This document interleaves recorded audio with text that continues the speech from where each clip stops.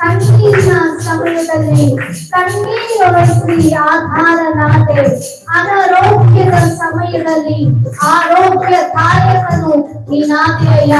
ನನ್ನ ಸ್ತುತಿಗೆ ಯೋಗ್ಯನೆ, ನನ್ನ ಸ್ತುತಿಗೆ ಪಾತ್ರನೆ, ಒಳ್ಳೆ ಕುರುಬನೆ ನೀನೇ. ಸಮಸ್ತವೂ ಸರ್ವವಾಗಿದೆಯಪ್ಪ ನನ್ನ ಜೀವಿತದಲ್ಲಿ ಮಾಡಿ ದೇವರನ್ನ ಆರಾಧಿಸೋಣ. ಎಷ್ಟೋ ಬಾರಿ ಕಣ್ಣೀರಿಡುವಾಗ ಯಾರಿಗೂ ಗೊತ್ತಾಗದಂತೆ ನಾವು ಕಣ್ಣೀರು ಸುರಿಸುವಾಗ ನನ್ನ ದೇವರು ನನ್ನನ್ನ ದೃಷ್ಟಿಸಿ ನೋಡಿದಾತನು, ನಮ್ಮನ್ನ ಕಣ್ಣೀರುಳಿಸಿದಾತನಾಗಿದ್ದಾರೆ. ಅನಾರೋಗ್ಯದಲ್ಲಿ ಯಾರು ಹೇಳಿಕೊಳ್ಳಲಾಗದಂತ ಅನಾರೋಗ್ಯ ಪಂಥಕದಲ್ಲಿ ನಾವಿದ್ದಾಗ ಆರೋಗ್ಯದಾಯಕನಾಗಿ ಸ್ವಸ್ಥಪಡಿಸಿದಂತ ದೇವರು ನನ್ನ యేసయ్య. ಆತನ ಸ್ತುತಿಸಿ ಆರಾಧಿಸೋಣ. ಕಣ್ಣೀರಿನ ಸಮಯದಲ್ಲಿ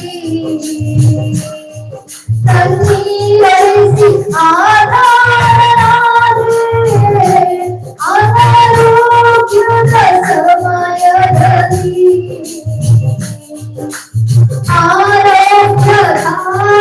ಆರೋಗ್ಯದಾಯಕನಾದೆ. ಕಣ್ಣೀರಿನ ಸಮಯದಲ್ಲಿ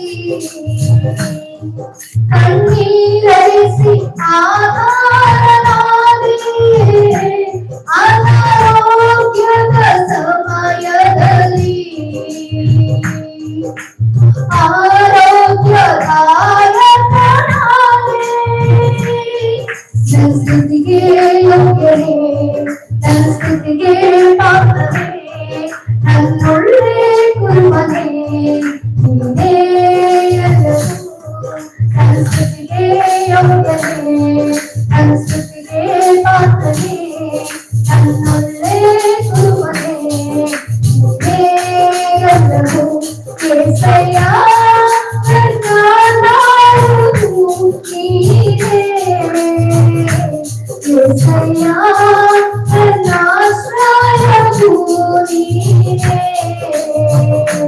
యేసయ్య ನನ್ನ ಆಧಾರವು ನೀನೇ. యేసయ్య ನನ್ನ ಆಶ್ರಯವು ನೀನೇ. ಕೊನೆಚರಣ, ಈ ಲೋಕದ ಯಾತ್ರೆಯಲ್ಲಿ ನಾ ನಡೆಯಲು ಆಧಾರನಾದಂತ ದೇವರೇ, ಪರಲೋಕಕ್ಕೆ ನಾ ಬರಲು ಮಾರ್ಗದಾಯಕನಾದಂತ ದೇವರೇ ನಿನಗೆ ಸ್ತೋತ್ರ ಸ್ವಾಮಿ.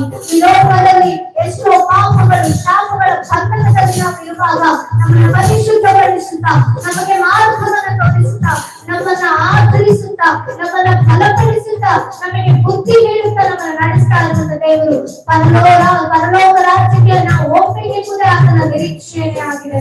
ನಮ್ಮನ್ನ ಪರಲೋಕಕ್ಕೆ ನಡೆಸಲಿಕ್ಕೆ ಆತನ ಈ ಲೋಕದಲ್ಲಿ ನಮಗೆ ಮಾರ್ಗವಾಗಿದ್ದಾರೆ. ಅದಕ್ಕಾಗಿ ನಾವು ದೇವರನ್ನು ಆರಾಧಿಸೋಣ.